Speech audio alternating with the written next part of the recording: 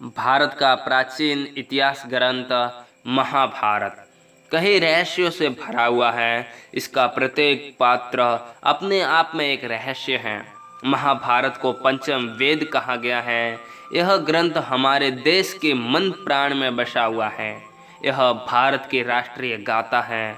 इस ग्रंथ में तत्कालीन भारत आर्यावर्त का समग्र इतिहास वर्णित है। अपने आदर्श स्त्री पुरुषों के चरित्रों से हमारे देश के जनजीवन को यह प्रभावित करता आ रहा है। इसमें सैकड़ों पात्रों, स्थानों, घटनाओं तथा विचित्रताओं एवं विडंबनाओं का वर्णन है। महाभारत में जितने भी प्रमुख पात्र थे वे सभी देवता, गंधर्व, यक्ष, रुद्र, वसु, अप्सरा, राक्षस तथा ऋषियों के अंशावतार थे। उनमें से शायद ही कोई सामान्य मनुष्य रहा हो। महाभारत के आदि पर्व में इसका विस्तृत वर्णन किया गया है। आओ जानते हैं कि कौन किसका अवतार था। नमस्कार मित्रों, हिस्ट्री फैक्ट में आप सभी का हार्दिक स्वागत है। मैं हूं आपका दोस्त रतन सिंह। दोस्तों, अगर आपको हमारे वीडियो पसंद आते हैं तो चैनल को सब्सक्राइब ज़रूर कर ले, क्योंकि आप सभी वीडियो तो देखते हैं लेकिन 97% लोग हमारे चैनल को सब्सक्राइब नहीं करते हैं। तो आप सभी से निवेदन है कि अगर आप भी 97% के अंदर आते हैं तो हमारे चैनल को ज़रूर सब्सक्राइब कीजिएगा और वीडियो को लाइक ज़रूर कीजिएगा। आशा करता हूं कि अभी तक आप सभी ने हमारे चैनल को सब्सक्राइब ज़रूर कर लिया होगा। तो फिर चलिए शुरू करते हैं वीडियो। पितामह भीष्म। भीष्म महाभारत के प्रमुख पात्रों में से एक थे। द्यू नामक वसु ने ही भीष्म के रूप में जन्म लिया था। वशिष्ठ ऋषि के श्राप व इंद्र की आज्ञा से 8 वसुओं को शांतनु गंगा से उत्पन्न होना पड़ा। 7 पुत्रों को तो गंगा ने नदी में बहा दिया, जबकि 8वें वसु द्यू जिंदा रह गए। वही भीष्म थे जिनका प्रारंभिक नाम देवव्रत था। भगवान श्री कृष्ण।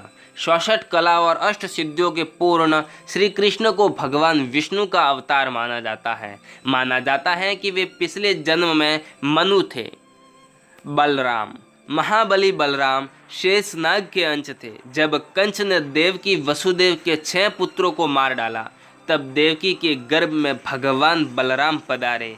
योग माया ने उन्हें आकर्षित करके नंद बाबा के यहाँ निवास कर रही श्री रोहिणी जी के गर्भ में पहुँचा दिया। इसलिए उनका एक नाम शंकर्षण पड़ा।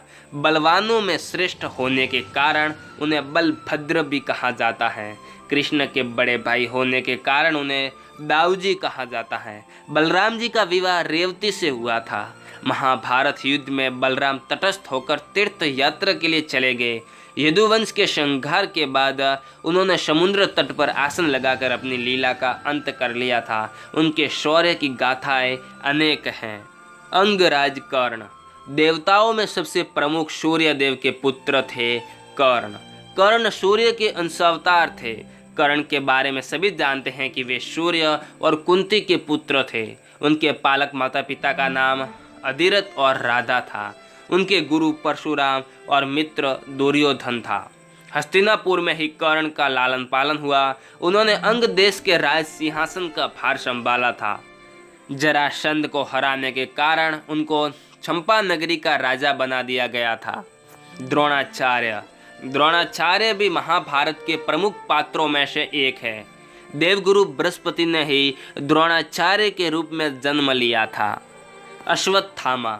अश्वत्थामा महाभारत का अहम पात्र है। गुरु द्रोणाचार्य के पुत्र थे अश्वत्थामा। पिता पुत्र की जोड़ी ने मिलकर महाभारत में कोहराम मचा दिया था। अश्वत्थामा को महादेव, यम, काल और क्रोध के सम्मिलित अंश से उत्पन्न किया गया था। आगे बढ़ने से पहले अगर आपको वीडियो पसंद आ रहा है तो वीडियो को लाइक ज़रूर कर दीजिएगा। दुर्योधन। दुर्योधन कलियुग का तथा उसके स्वभाई पुलस्त्य वंश के राक्षस के अंश थे। दुर्योधन हस्तिनापुर के महाराज धृतराष्ट्र और गांधारी के 100 पुत्रों में सबसे बड़ा पुत्र था। वेदव्यास के वरदान से ही गांधारी के 100 पुत्रों का जन्म हुआ था। दुर्योधन के असंख्य कुकृत्यों के कारण अंततोगत्वा कौरव और पांडवों में युद्ध आरंभ हो गया। दुर्योधन गदा युद्ध में पारंगत था और श्री कृष्ण के बड़े भाई बलराम का शिष्य था। दुर्योधन ने कर्ण को अपना मित्र बनाया था। गांधारी द्वारा देखे जाने से उसका शरीर वज्र के समान हो गया था, लेकिन कृष्ण के छल के कारण उसके गुप्तांग का स्थान कठोर नहीं हो पाया, जिसके चलते महाभारत युद्ध में भीमसेन ने दुर्योधन को उसकी जंघा से पकड़कर उसके दो फाड़ कर दिया और इस तरह दुर्योधन मारा गया। अर्जुन इनके धर्मपिता पांडु थे, लेकिन असल में वे इंद्र और कुंती के पुत्र थे। देवराज इंद्र ने अर्जुन को बचाने के लिए कर्ण के कवच और कुंडल छलपूर्वक छीन लिए थे। देवराज इंद्र ब्राह्मण के वेश में कर्ण के द्वार पर पहुंचते हैं और दान में कवच और कुंडल मांग लेते हैं। भीमसेन को पवन पुत्र कहा जाता है। हनुमान जी भी पवन पुत्र ही थे। कहते हैं कि भीम में 10,000 हाथियों का बल था। भीम ने बलराम से गदा युद्ध सीखा था। भीम ने ही दुर्योधन और दुशासन सहित गांधारी के 100 पुत्रों को मारा था। युधिष्ठिर धर्मराज कुंती के पुत्र थे। युधिष्ठिर के धर्मपिता पांडु थे और वे 5 पांडवों में सबसे बड़े भाई थे। वे सत्यवादिता एवं धार्मिक आचरण के लिए विख्यात थे।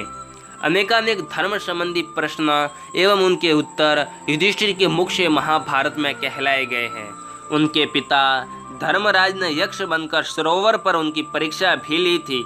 द्रौपदी के अलावा उनकी देविका नामक एक और पत्नी थी, नकुल व सहदेव। ये 33 देवताओं में से 2 अश्विनी कुमारों के अंश से उत्पन्न हुए थे। ये 2 अश्विनी कुमार थे, नासत्य और दस्त्र। सहदेव त्रिकालदर्शी था। उसने महाभारत युद्ध के होने और उसके परिणाम की घटनाओं को पहले से ही जान लिया था, लेकिन श्री कृष्ण ने इसे इस घटना को किसी को भी बताने से इनकार कर दिया था। अगर आपको ये वीडियो पसंद आया हो तो अपने दोस्तों के साथ भी शेयर कर दीजिएगा, ताकि उन्हें भी ये जानकारी मिल सके।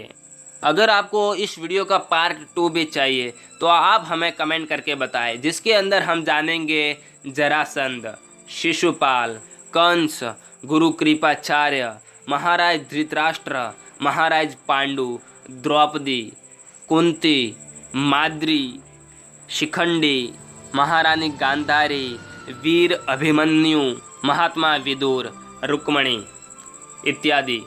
और आपको किस किस पर वीडियो चाहिए, आपको जिस पर भी वीडियो चाहिए आप हमें कमेंट बॉक्स में कमेंट कर सकते हैं। हम आपके लिए वीडियो ज़रूर लाएंगे। बस आज के वीडियो में इतना ही। अगर आपको वीडियो पसंद आया हो तो लाइक, शेयर और कमेंट ज़रूर कीजिएगा और हमारे चैनल को सब्सक्राइब करना ना भूलें और पास में बेल आइकन को भी दबा दें, ताकि आने वाले वीडियो की नोटिफिकेशन आपके पास सबसे पहले पहुँच जाए। जय हिंद, जय भारत।